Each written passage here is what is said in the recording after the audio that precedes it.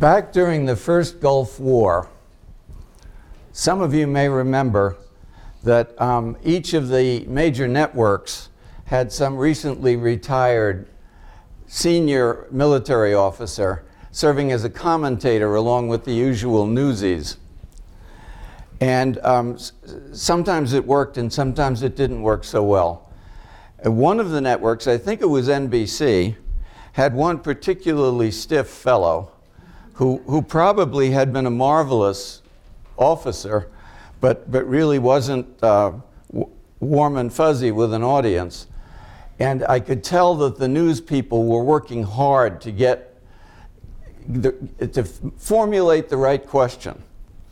And at one point where there wasn't enough fighting going on to keep the audience stimulated, and these guys were having to do a lot of talking, we came back from a commercial, and the NBC commentator, with a great look of relief, asked a question that he had clearly figured out was going to be a slow pitch over the middle of the plate. He said to this general, "Aren't you glad that this war didn't start until the Nintendo generation was in the cockpit?" And the general lit up, and for the next 90 seconds he was actually quite good in front of the camera, talking about how the Pentagon had been watching what was then this generation from middle school. And they had these weapons that had to be kept on the target with one hand using a laser. And the other hand was used to fly a fighter plane. And these kids could do it. When the weapons were developed, there was no one who could do it. The military had to think, what are we going to do? How are we going to teach people these skills? They're so hard to do. And then all of a sudden, that generation appeared in middle school, and they knew they didn't have to go way out of the way to teach them, that they would be, we just couldn't get in any wars until these kids were in the cockpit, and there they were.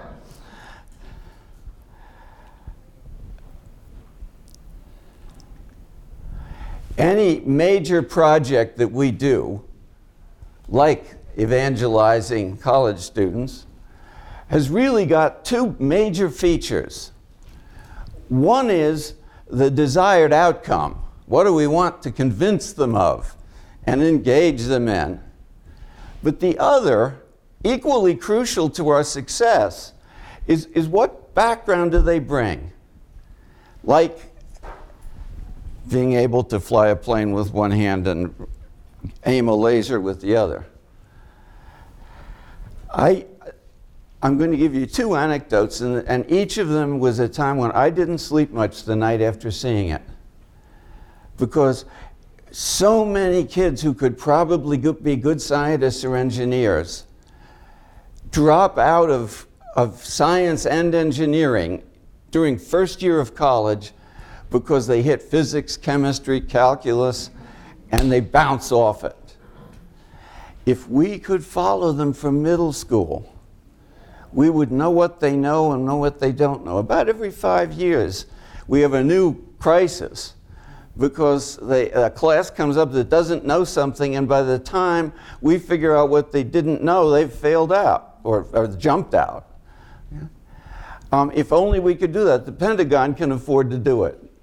The universities can't afford it, the church can't afford it, but we do have to struggle. It is really worth trying to figure out what these kids know and what they don't know. Second anecdote. My daughter used to study in high school with two other girls, all very, very good students, and all from families that were very well educated. One of the girls' dad was an ophthalmologist and the president of the local AMA, American Medical Association division, and the other, both parents were professors of social science at one of the local colleges. So these girls had a strong background. One night, they were at the dinner table doing their homework, and I was washing the dishes, and I could hear them around the corner. And they got to their physics homework. They were juniors in high school. And they got to a problem, and the way they did their problems to this day baffles me, but it's all right. I don't need to understand. One of them would read the problem, and then all three would giggle. And then somebody would suggest a solution or a way to solve it. And the first few problems were just plug-ins. You just needed one formula, and you just stick the numbers in, and they came out. And they roared through those. And then I heard one of them reading a problem that was not so trivial. And after they had giggled, they agreed that they didn't know how to begin. And someone said, well, let's try this. So it was immediately obvious to me that that was not the right thing to do. But they tried it, and about a minute later, they had figured out that they were going nowhere. So someone said, well, let's try that. And a minute later, they'd figured out they were going nowhere. And then I heard my daughter's voice saying, well, somebody else said, we don't have all night for this stuff. What are we going to do? And I heard my daughter's voice saying, maybe we should pretend that we're physicists. And one of the other girls said, well, what does that mean? And my daughter said, well, these guys are really weird and they think differently. And so the other girl said, well, how would that help us with this problem? And then I heard this really hokey voice that I knew was meant to be me saying, well, we could say, let us assume, and it was just the right assumption. I lay awake all night thinking, what did that child learn at the breakfast table? Why can't I teach it to the freshmen? She learned it from me. What did I do? How can I bottle it and reach children who don't have that privilege of having that kind of training from the cradle? Knowing the background of our students and finding ways to relate to our students whose background isn't exactly what we want is, to my mind, an extraordinarily important part of trying to evangelize each of the generations. So what I have for you are some reflections on what happens when science and religion meet. And I could go on. I could make this into a semester-long course easily, but I'm going to emphasize the things I think would help someone who's working with this generation to relate to them and to understand what's in their background. Now, the American education system has always been in a state of some flux, but at the moment it's in a state of unusual flux. And you probably all know that the buzzword is STEM, which stands for science, technology, engineering, and mathematics. And everybody's got to have a STEM program or else they're really out of luck. They're not really wrong to be doing this. You do need to review your educational system periodically. For instance, you may not know it, but English literature, which was, for my generation, one of the most popular majors, it did not exist as a major until almost the beginning of the 20th century. It was something like 1890 when Oxford put in an English department. Prior to that, educated people were just supposed to read novels for fun. It wasn't something that was considered university business. We've been reevaluating our education system and come to the conclusion that the modern economy really requires that these kids be good at those STEM disciplines. Here in Western Pennsylvania, or at least in the greater Pittsburgh area, we have something like 2,000 good jobs currently unfilled, even though our unemployment rate is not trivial. But those 2,000 good jobs require a STEM background that our workforce doesn't have. That's what the government is trying to work on, pushing this STEM business. And more and more and more, the kids coming through our universities are going to be steeped in the STEM disciplines. And if we want to evangelize them, we have to know what's peculiar. You know, what was my daughter trying to capture when she put on that hokey voice that was supposed to be me? Because we need to relate to them. In a way, we've been fighting this probably for the whole 2,000 years of the church. People are always saying, oh, the church isn't modern, whatever the heck that means. Each generation, the church isn't modern. The way to fight that is to find out what's different about the preparation of this generation and explain what we mean to them and what's urgent about our message to them in terms that with their background they can relate to. Every generation, at least in recent history of the United States, is as well educated as the previous. It's just there are things we thought were very valuable that have been lost, and there are things that we don't have a clue how to do that these kids are very good at.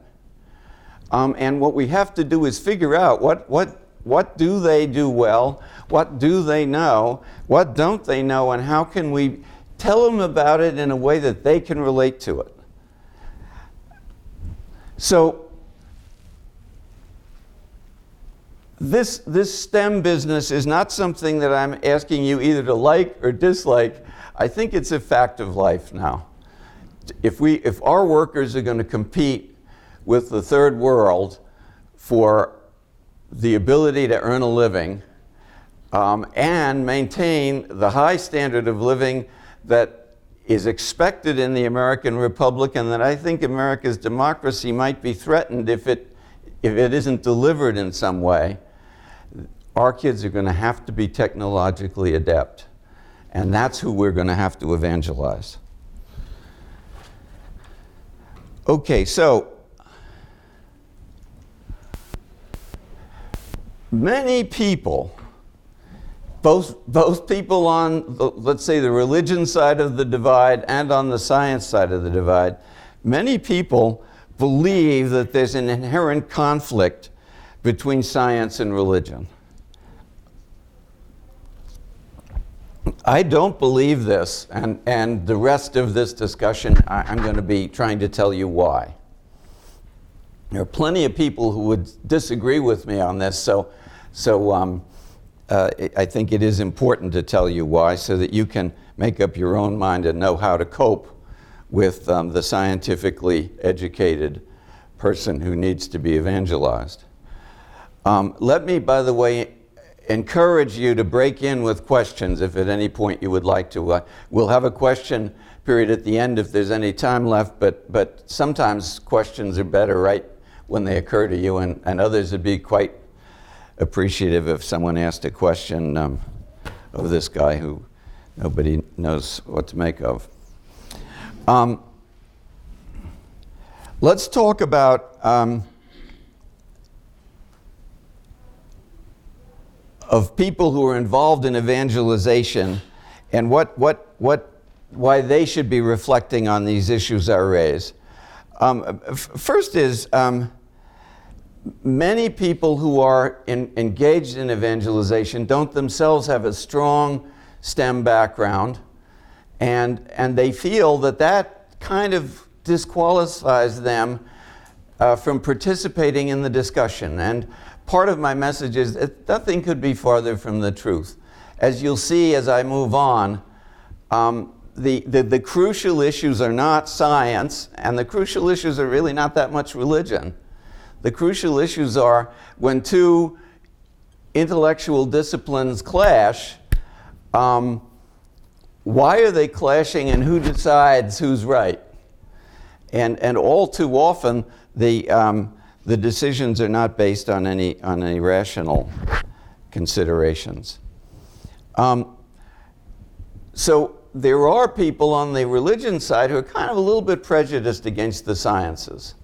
And I don't think that's warranted at all. The sciences, understood correctly, are entirely positive and don't really have anything at all to say about anything very fundamental about religion, and so can't really challenge our religious position in any fundamental way. let me say, add one thing to that as a warning or an admission. Some of our brothers and sisters in Christ who are of the more evangelical Protestant orientation are in a peculiar position that I'll discuss a little more later. And when I deal with students from those backgrounds, I try very hard to help them see that there's a way they can approach this too. But it's not a problem for Catholic kids. There's nothing about the way Catholicism is too sophisticated to get in trouble unless it wanders into trouble unnecessarily. Similarly, though, there are people in the STEM community, scientists and engineers, who are not friendly to religion and who don't understand where the boundary is between their religious position and their scientific position. And they teach the students, and the students come away with some prejudices acquired from those people. And a sophisticated person who wants to evangelize those students really should understand what the issue might have been that led the student to this peculiar opinion, whereas the student will think, well, that's just good science that I'm telling you. Okay? They don't know that it's not science. Okay. So let's talk a little bit about some issues of relevance to this discussion. First, I think it's perfectly obvious I'm not a theologian. And even though as you may have seen in the bio, I'm a 25-year-long fellow of I have a secondary appointment in Pitt's Center for Philosophy of Science. I'm very interested in philosophy of science, but I'm in there as a very active physicist, and they like to have physicists to talk to. I'm not trained as a philosopher, and I'm not going to be giving you a philosophy of science lecture anytime during this hour. I can convey to you some of the flavor of past problems and comment on their origin. Let me comment that I think there are several things several areas that can be an issue. First off, my academic grandparents, which would mean the thesis advisor of my thesis advisor, there you're back to a time when science and religion had quite a few open conflicts, I think foolishly, but they were open conflicts. And some of those people were hurt, and others of those people just came away angry, even though they weren't particularly hurt. It takes a while to get past that stuff. This may come as a little bit of a surprise to some of you, because I think, believe it or not, the Catholic Church is kind of past it better than the bulk of the American Protestant churches. We Catholics burned our fingers on Galileo 400 years ago, and we've behaved pretty well since then. And the Protestants burned their fingers on Darwin only about 100 years ago, and it's their legacy that we're dealing with when it comes to those, what I called my academic grandparents. It's noticeably less an issue today than it was when I was an assistant professor in the early 70s. But it's still out there in some form. Another issue that comes up, and that it's not from the religious side, but it's an irritant for both the religious and the and particularly for the scientists, is a hostility to science that's quite new. Other than the occasional problem with religion, when I was a lad, science was regarded as really almost holy, and largely coming from the political right, the last 20 years have been pretty bad for science. And there are a lot of people in the society who are distrustful of science. The fundamentalists are, of course, quite concerned about things like the Big Bang Theory as a cosmology, and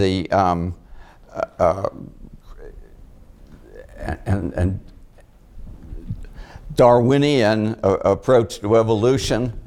They had a thing they called creationism they wanted to have accepted as science, and of course it wasn't.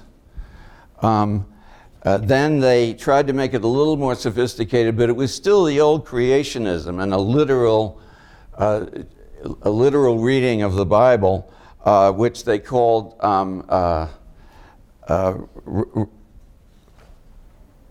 what was it? Intelligent design. Thank you. Intelligent design, by the way, the words intelligent design, I think we could make a very good religious approach to saying this is what we do think, how you should interpret physical law and evolution. But that particular term of art has been preempted by the creationists. And what is meant by that in the public fora is really completely incompatible with normal scientific thinking. And there's been a lot of hostility to science over not embracing that. Then there are some economic reasons. I mean, for instance, the oil industry really doesn't like anybody talking about the possibility that human activity may be responsible for the warming of the planet that has been observed over the last 30 years. And that comes into the reactions of scientists to any argument they get in, even if it's an argument with religious people. In the academy, the philosophy of science has changed markedly during my professional life. The old philosophy of science, it was really a philosophy of physics. Physics was the paradigm science, the only one that was really done right. And then all the other sciences tried to be as much like physics as possible. Some of you may have suffered through incredibly oppressive sociology courses back in the years when I was college age, where sociologists would pretend they were doing something that was exactly like physics, and of course it did nothing ultimately but hurt their reputation. Things have gotten more sophisticated in the last 20 years, so there are new sciences for pretty much everything in sight, each discipline having its own methods. And it makes it easier in one sense to reconcile theology, because theology has its methods, and each of these disciplines has its own rather rigorous way of approaching the solutions to problems. On the other hand, there's no agreement now on whether there is such a thing as a scientific method. So what you have to do is just understand that there's lots of progress here, but science is much less unified and much more naked to its enemies, and all of us have to make judgments, and there's lots of room for misunderstandings. So let's look for a couple of minutes about science and religion separately, and then talk about what happens when they get crosswise. Science and religion, both of them are ways of knowing about things that everyone in this room would consider important. Each of them tries very, very hard to be rigorous, tries to be clear in its assumptions, logical in its deductions, and fair in its judgments.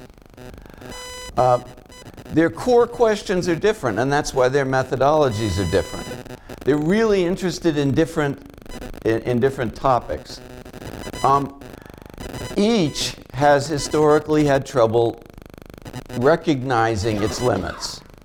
And that's where the clashes have mostly come, when the intrinsic limits aren't recognized. Sometimes they look to be addressing the same problems. And that's when their methods are different and they appear to be clashing, and we have to try to sort things out. So first we'll look at physics, and I'm calling it the paradigm science only because, as I mentioned, philosophy of science got started really as a philosophy of physics. And in some sense, if you want to talk about the scientific method the way many of us were taught as children, it is the science. It's the one that's done the way the books talk about when they talk about a scientific method. The key is control and reproducibility. Any phenomenon you want to study, you've got to be able to make some stuff and sit it on a table and make it perform and be able to make it do the same thing every time and really prove that it's a rule, it's a law of nature. This is what happens. Okay. What happens after that? The practitioners, once they've got a law of nature, they try to find ways to make it fail. You want a Nobel Prize, there are two ways to get it. One is to have a theory that isn't generally believed yet and has some predictions and go find that those predictions are correct. The other way is to have a theory that everybody does believe in now, and you find some little corner of it, some little exception that's never been tested, and when you test it, you just hope it doesn't come out the way the theory says, because then you're going to be famous. Okay? And I think that's happening. That scientific bent is working its way out in a lot of the scholarship in theology and biblical studies today. It isn't so much in the church, because in the church we've got an understanding of what our tradition is and how to interpret things. But if you are an atheist biblical scholar, and you want to get famous, the best thing to do is to find some kind of a parchment paper that you can call somebody or other's gospel and claim it's really the only one anyone should have been reading back then. And it's the same mentality. And it's not necessarily a bad mentality for looking for unearthing interesting problems, but it isn't the right way to deal with people who are looking to this field to help them know how to live their lives. It isn't respectful of what has been learned. So what does a physicist do? When they've got a lot of data, they make up a story, and I like using the word myth because it grabs people's attention. They make up a story about why it works. And that's their myth. They call it a theory, but it's their myth. And that myth is important because we care about how the story comes out. And then the key is you keep looking for ways. If this myth was wrong, how would it show it? How would we show it? And you go looking for ways to see that the myth is wrong. And if you find one, then you're going to be, if the myth was one a lot of people were attached to, you're going to be first excoriated and then given a Nobel Prize. And the key is that everybody is under a constraint to be very skeptical about each of the myths and always prepared to abandon them. So for instance, and I'm not going to go into the details here, but some of you will know that this is an utterly fascinating thing about our current world, and others will know that, that this is weird and you're not sure you believe it. You know, we had 100 years ago two main kinds of pictures of entities, physical entities. One was of a particle. Okay, a billiard ball on a table is a good example. A billiard ball is a particle, and it goes shooting across the table when you whack it. And, and then the other was a wave. And you were used to waves in the water and so forth. And you can't be both a particle and a wave, because the particle is somewhere and it moves somewhere. And a wave can wander around and be quite diffuse. We now know, and I do think it's fair to say we know, it's been every particle that we can make equipment to test has been shown to act like a wave when it's moving. Okay, everything propagates like a wave, and when it interacts like a particle. Okay, so you are a particle, but you propagate like a wave. And luckily for you, when you go through that door, you go more or less straight through, because the size of the door is big enough that you don't show wave properties and just spread around the door. Now you know that light and sound are both waves.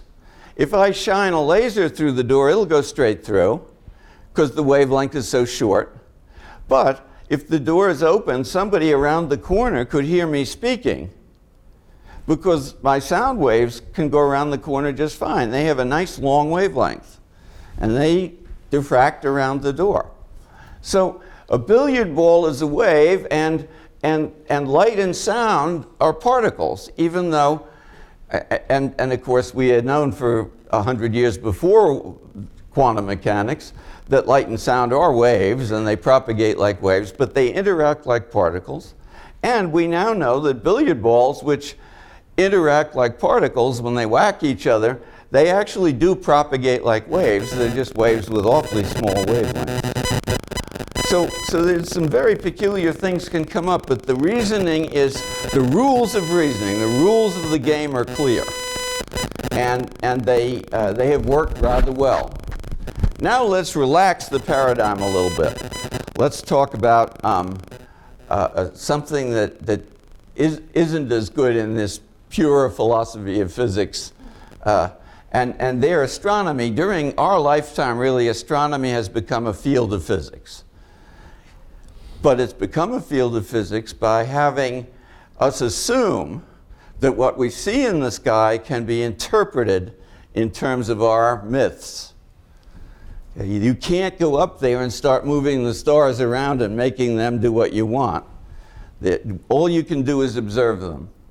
But we explain what we're seeing. We don't have any control anymore.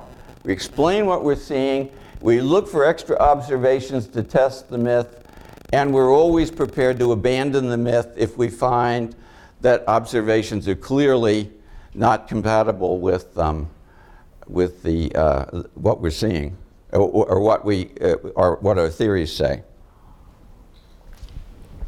Now, an example here is the so-called Big Bang cosmology.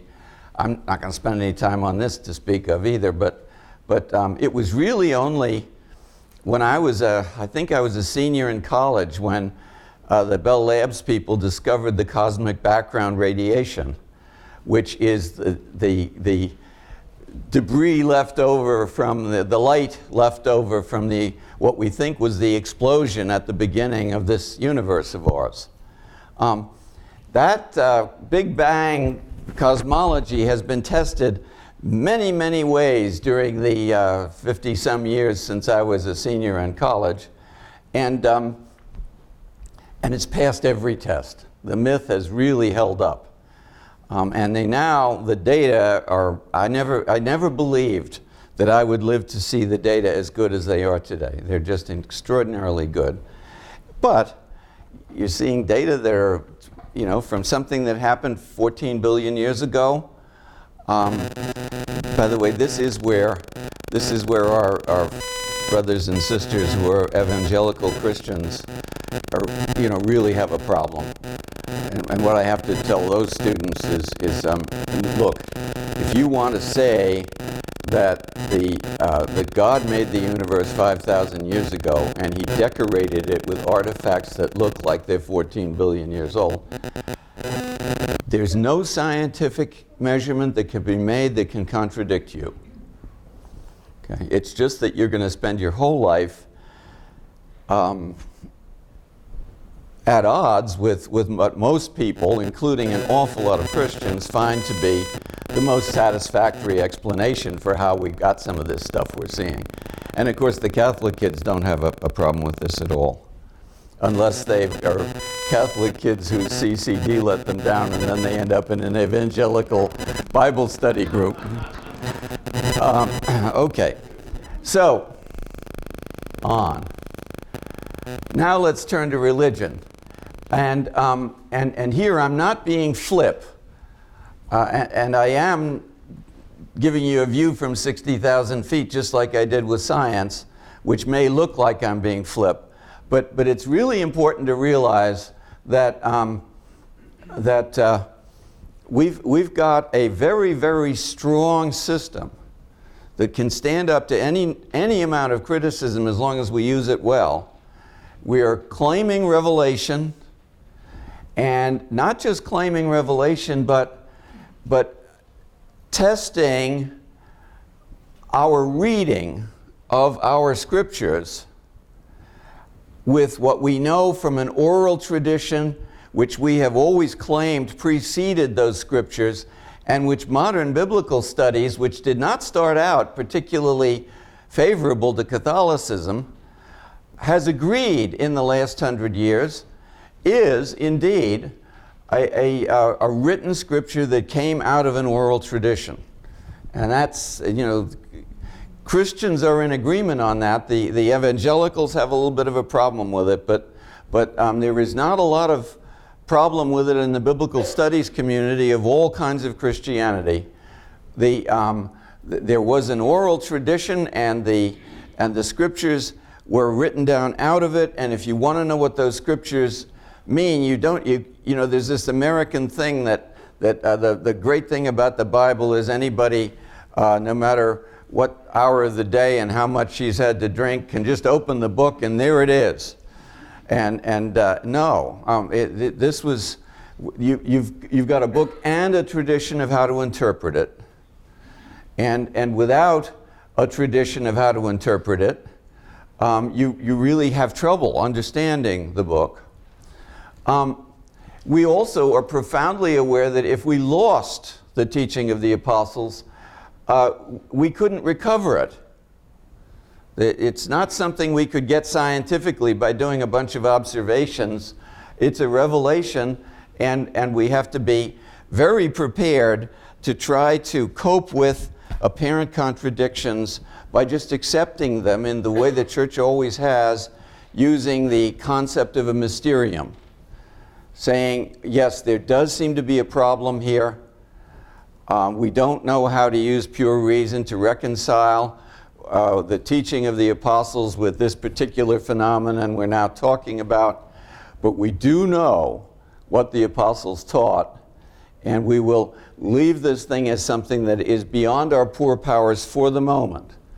And that traditionally was done between theology and philosophy from very early in the church, and I do think it's worth being aware of that as an option. If suppose science took some turn that I can't envision, but suppose it did take some turn, that would be a very appropriate approach for us to say, well, look, we're going to go with this. Let the scientists play their game, make their myths. They're doing something that is God's work, but it may be that during our lifetimes, this won't come back and converge with us. We've got to just allow a mysterium to exist, and we know what the teaching of the apostles was. So you see where I don't see where any student needs to worry about their religion ever being compromised by their science, or their science being compromised by their religion. They're two very sincere enterprises, and pursued carefully and honestly and sincerely. There shouldn't be any problem. So,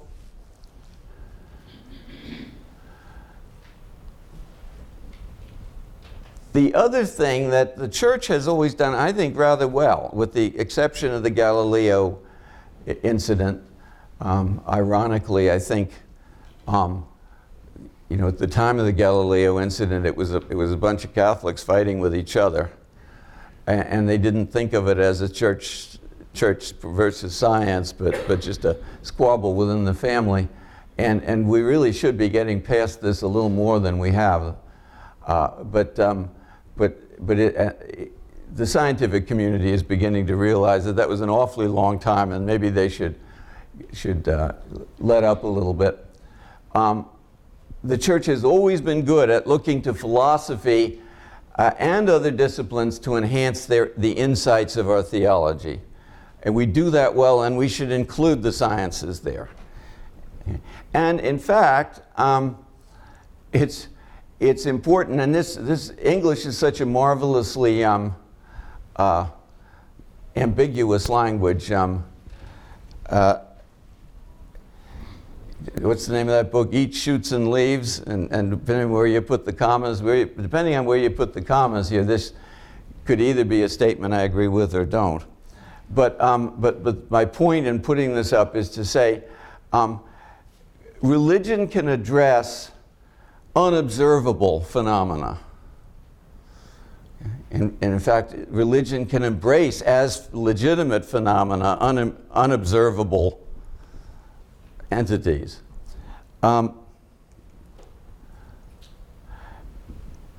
Where science clearly reigns, okay, religion should really be learning from science and respectful of it.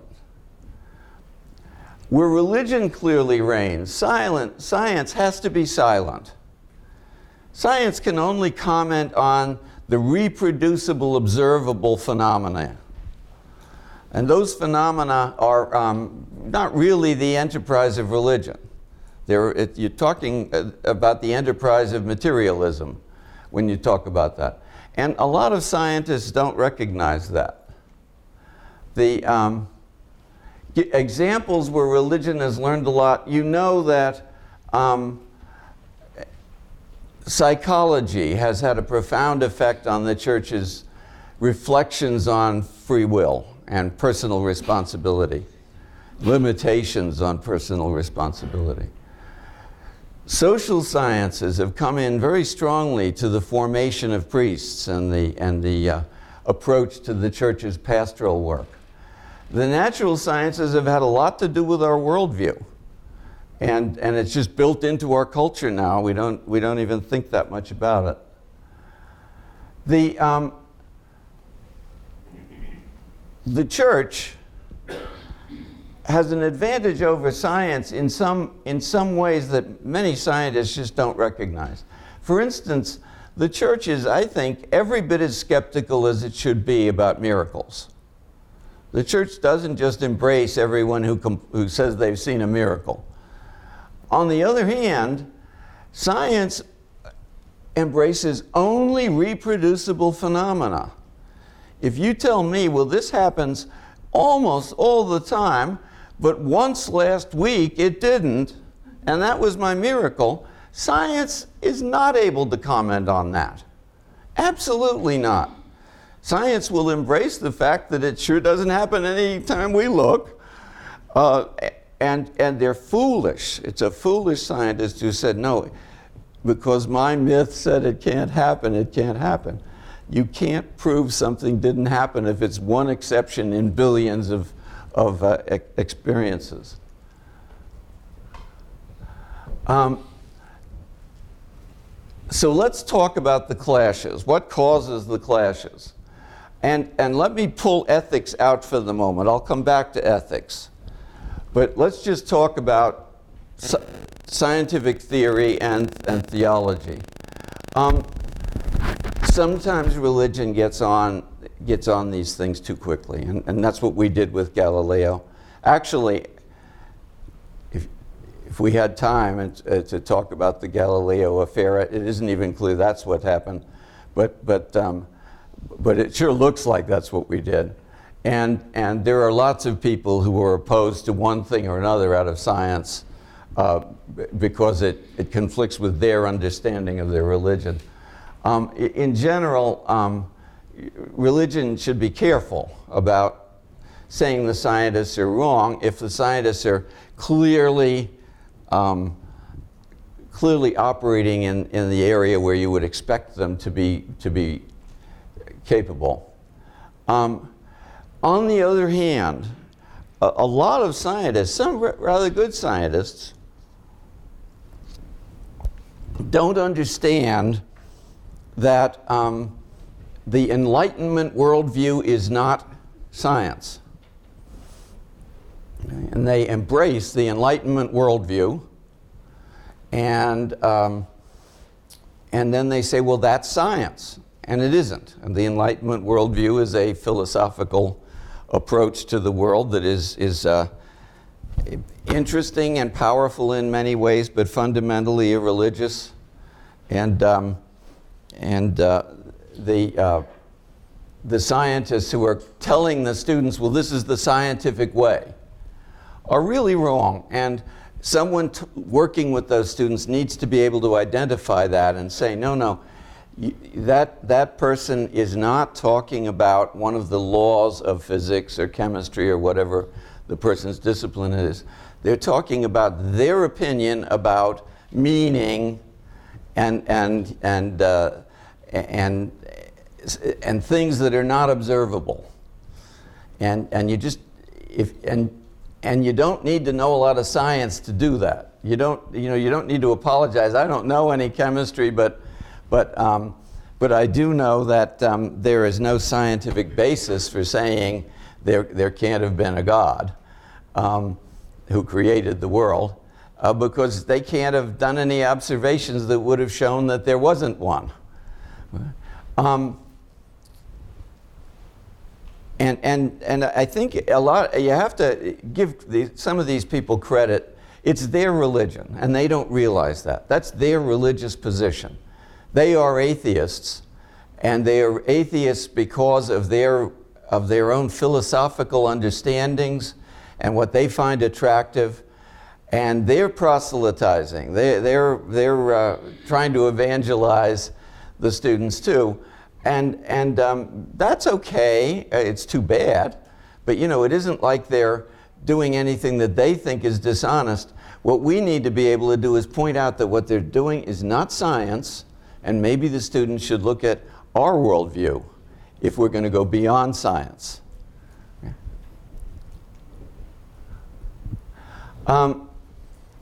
In every case so far where there's been a significant clash between science and religion, it's been healed in a very satisfactory way. Often giving religion a little bit of insight into what it could jettison. It wasn't essential to its message anyway. And often making it easier for scientists to be religious. The key, as you see there, is, as I think, a respect and patience that can get us through any such difficulties. Now let's turn to ethics. An awful lot of what's gone on during our lifetime as clashes between science and religion are coming from ethical issues. Now, first off, it is not true that all scientists believe that any experiment any scientist thinks up should be allowed to be done because that's the way to follow the glorious path of science. That's nonsense, and none of them believe it. Okay, they may, some of them think they believe it, but then you just need to ask them, well, does that mean it was all right for some predecessor of the National Institutes for Health to go down south in the 30s and give a lot of African Americans syphilis and watch them suffer and use that as a way of studying that awful disease? The answer is no, that was immoral. That's terrible. That shouldn't have been done. That wasn't good science. Well, everybody accepts that now. They know that. So it is not that you can just do any old experiment you want. The Nazi doctors used concentration camp victims as guinea pigs and did terrible things to them. There have been in my adult life psychology experiments on college campuses that you could no longer do because the scientific community has judged them to have been unethical. Okay? So it is not that science will not admit that some experiments could be unethical. It will admit it, and no one should ever be trying to claim that.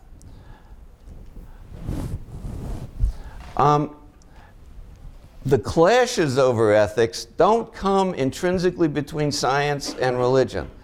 They come when the scientists are coming out of a society that does not agree with religious people about what's ethical. So for instance, in the United States today, we have no cultural consensus on bioethics. Wide variety of issues. You can find somebody to say darn near ever anything, and you'll find significant blocks of voters who'll be on each side of any bioethical argument that we get into. And I don't mean just abortion. I mean, for instance, I think 10 years from now, euthanasia is going to be every bit as lively a discussion as the abortion issue. That's not because the scientists who are on the other side from us on any one of these issues, that's not because they're doing science. That's because they are on that other side in their own religious position. And they need to admit that, and more, most of them will. And we need to recognize it, that as long as we keep them doing science when they say they're doing science, we can work with them on the science religion part of it. The problem is with their cultural predispositions that go beyond their science.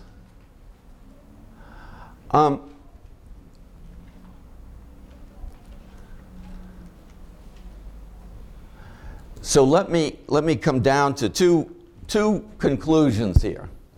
The first is science and religion can work very well together as long as they're patient with each other and respectful toward each other. There is no need for any kind of a clash. And then secondly, and here is where I think I hope everyone in this room will feel helped in dealing with this generation of students. Back to the beginning, these kids are going to be steeped in the STEM disciplines.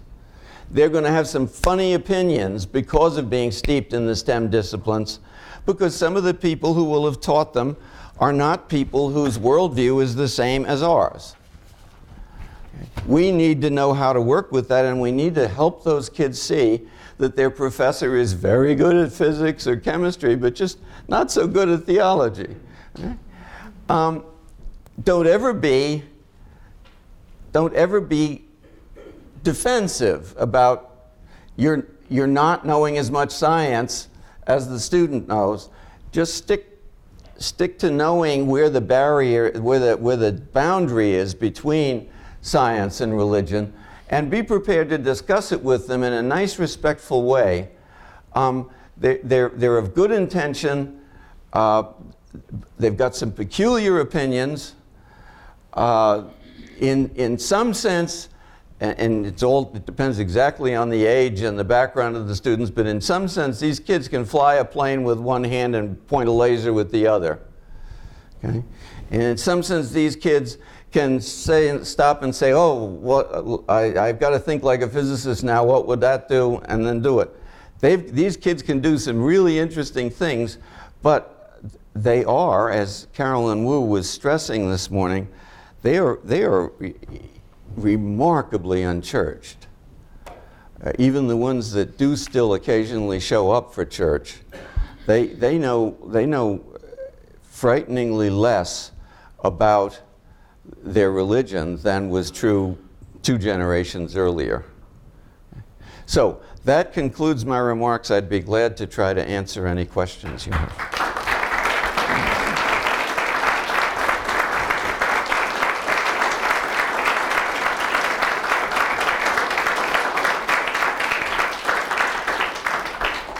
We have plenty of time for questions, so please just raise your hand. And if you would stand up, that would help everybody hear you. Other back there. I have a friend yesterday who communicated with me and is moving from, or hoping to move from a state-run college as a physics professor to a more traditional conservative Catholic. And he was basically communicating to me what could he do to make himself look good at a Catholic physics And it sort of prompted this question, and I'm glad you're here because you're uniquely qualified to answer this. What should a Catholic physics program, should it look any different than a state-run physics program? And thank you. I think in its curriculum it shouldn't look any different at all. I think it really helps if the professors show up at church on Sunday, wherever the kids go to church. I think if a kid comes to their office and wants to talk about something that isn't physics homework, it's really worth making an effort. And a lot of physicists, of course, feel that as soon as you get outside physics, who cares what my opinion is? I don't know anything. But actually, they know a lot more than the kids do. And the kids, I thought Carolyn Wu captured a lot of it. The kids are just looking for someone who can talk to them about some of the issues in their life. There's a small digression, I'll tell you, that many, many years ago, it isn't just the current generation. I think my children, who are now in their mid-40s, their generation, in the 70s, the church kind of collapsed on catechesis, and we're struggling to come back from it. I was volunteering to teach a one-semester course that we give at Pittsburgh for freshmen to help them learn skills to succeed in college. And there were two parts to it. One part was things like how to use the library and how to use the computer and so forth. By the way, back then we were all worried about something called computer literacy, which we fought about but never did define, because we woke up one day and found that the new generation of students were better at computers than we were, so we didn't have to worry about teaching computer literacy anymore, and instead we were talking about teaching very advanced computer techniques. But at any rate, back with this bunch that was in college in the 80s, the other half of the course was lifestyle things. You know, you're away from home for the first time. This is the only country in the world that asks young people to live separate from their family the exact same week that they ask them to get real serious about academics. That freshman year really tears the kids apart. And so I forget what the issue was. It may have been HIV, which was just coming in. And I was telling them to, no matter, even if you don't believe anything that I might want you to believe about right and wrong, there are some risky sexual behaviors on this campus, and you really should be watching out. And just kind of as a throwaway, it was a sincere statement, but I didn't think it would have any impact. I said, you're really valuable. There was first this bafflement, and then it was sort of like I'd slapped him across the face. And it was clear to me that no one had ever told them they were valuable before. And they started asking questions, and at some point in the questions, I found myself saying, look, you have to be in the top 10% of your generation to get into this university. Do you really think that this country will have a future if it's going to throw away the bottom 90% and half of you? You are valuable. Your education isn't just important because you're going to earn a living. You're the future of the country. You've got to be prepared to go out there and do some good. And the professors all know that. They don't need to be experts in one of the counseling fields. And all too many of them are really shy about talking to the kids about anything but their subject. But no, I wouldn't change the curriculum a bit. Whenever they move on, they've got to know that stuff, and they wouldn't be competitive otherwise. Yes. I taught for 30-some years at Brigham Young University, which is the flagship university of the LDS Church. And probably their most premier scientist, Henry Eyring, used to say, my religion doesn't ask me to believe anything that isn't true. And I think that's a reasonably good statement for any faith, that we should not be asking people to believe things that are not true. And I disagree slightly with what you said about thinking that there are no longer so many challenges, excuse me, to the science and the faith. I think that we were able, especially after Dei Verbum, the Vatican II document, to be able to deal with some of the issues in the science of evolution. But I believe that in the last 50 or 60 years, there have been tremendous changes, tremendous leaps and growths in our understanding of human sexuality and genetics and complications. And so the challenge I, as a scientist, would like to throw out to theologians is to say, I think we need another Thomas Aquinas. We need someone who could take the Aristotelian science, flawed as it was, and to be able to try to do a systematic synthesis of that, throwing into the mix that, from my perspective, we as scientists have an insight not into why God the Creator created things the way he did, but how he did. And one of my favorite examples, because I work with entropy, is the realization, the Greeks thought God was all about order. Well, we now know, both in the evolution of the cosmos and the evolution of living systems, that there's a mix. There are laws which are very ordered, and you and I know the equations that can describe them. But every now and then there's a random event that opens up new worlds, opens up new possibilities. And I think that says something about the nature of God that we've yet to explore in our theology.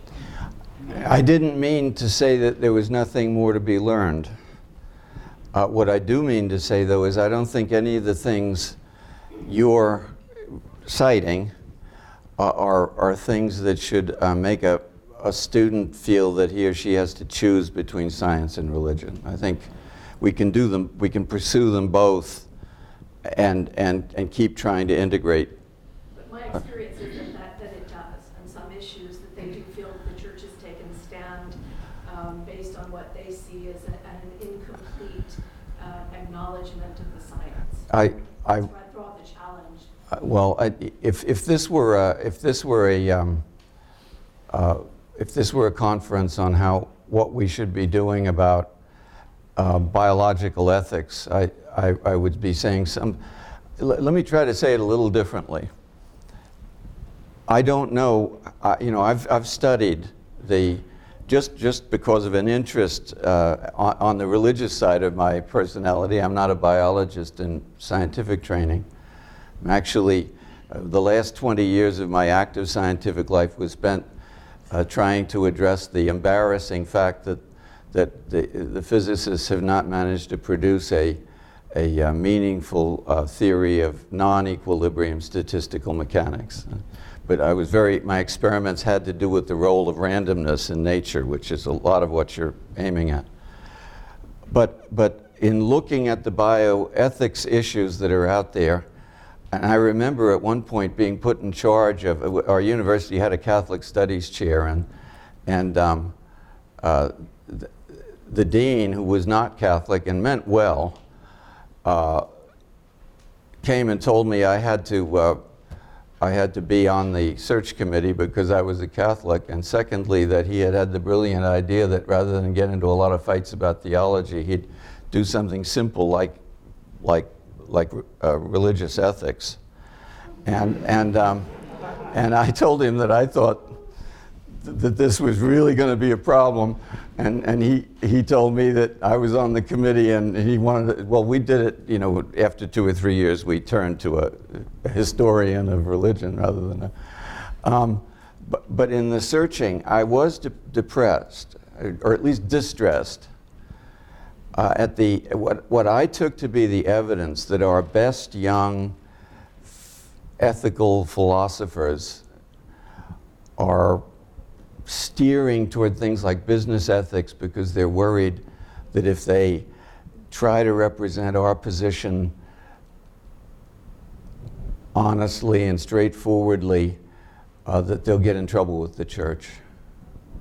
And I do think the church would be, it would be wonderful if the church could find a way to encourage that next Aquinas that you're talking about. because we've got a big stake in this and it isn't going well. You're absolutely right. Just to sort of spin off of the last question, I'm a big fan of Bernard Lonergan. I'm not sure if you all know who he is, but he's one of those interpreters of Aquinas who does precisely what you're looking for. And we used him as a consultant when we were searching for an ethicist. Yeah. But I would just like to throw out the question about what do you think the importance is of a theological education in a university curriculum, especially for scientists and STEM professionals? It's one of those things that I find really disconcerting that so often within university curricula, there's a highly specialized or highly professionalized education, and the liberal dimension of education seems to suffer for it. Both in public universities, or I should say especially in public universities, but increasingly in private Catholic universities, we wind up succumbing to that, and we don't have the robust theological education and corresponding philosophical education that's going to underwrite the formation of scientists who can successfully engage theologians in these kinds of dialogues, debates, arguments that are going to transform the church's self-understanding and its teaching in many ways. Yeah. Well, you know, I do think that this whole STEM movement is going to produce a national reflection on education that should be, I hope will be productive, because I do think the future of the country depends on it. It'll take a little while for that to work its way in. And I don't know that we'll be equipped to handle it even if it does, because I think the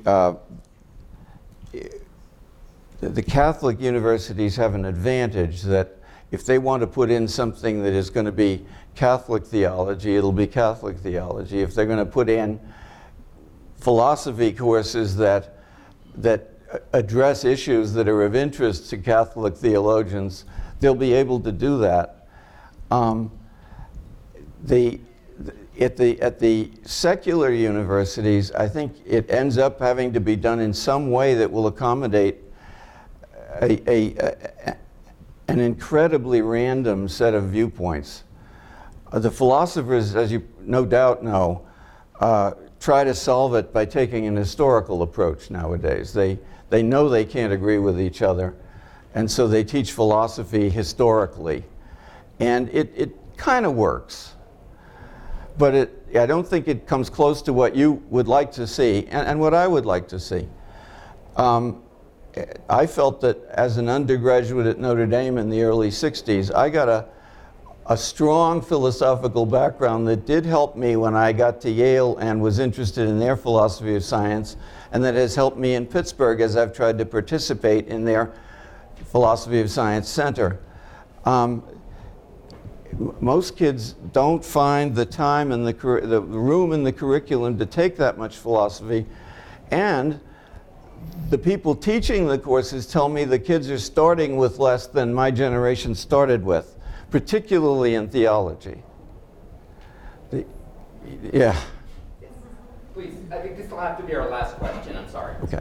Thank you. So a number of the speakers have talked about the research by Christian Smith on the learning proclivities of this generation of college students.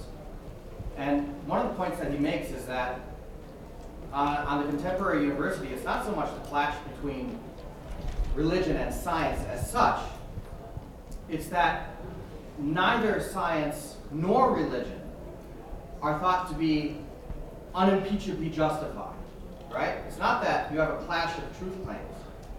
You have a clash of narratives, right?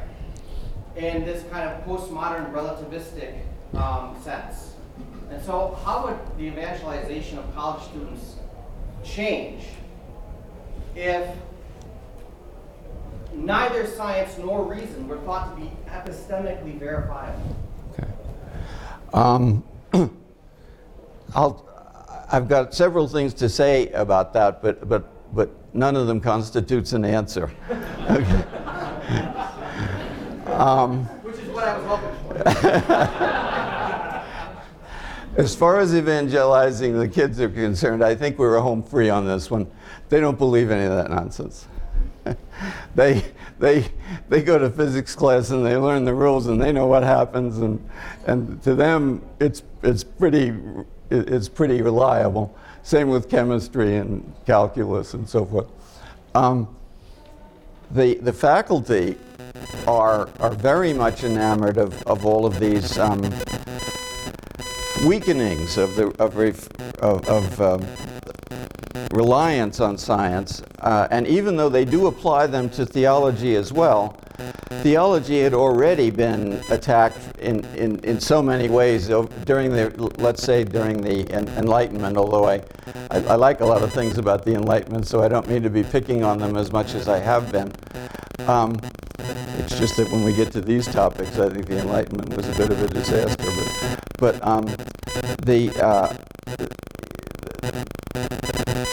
science now is in lower repute, and it's in trouble with political groups and intellectual groups, and it does affect us. I'll tell you one way in which I think it affects someone who's evangelizing.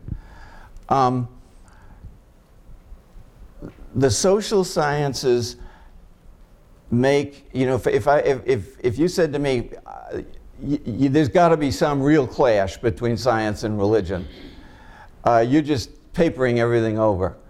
The only place I would get a little bit uncomfortable, and even then I wouldn't be terribly uncomfortable, is that the social sciences make some assumptions which are based on no observable phenomena.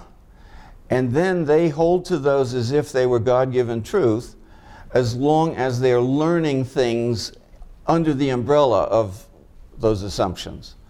And that's all right. I mean, this is back to this question of can we kill the myth by looking for some counterexamples and so forth.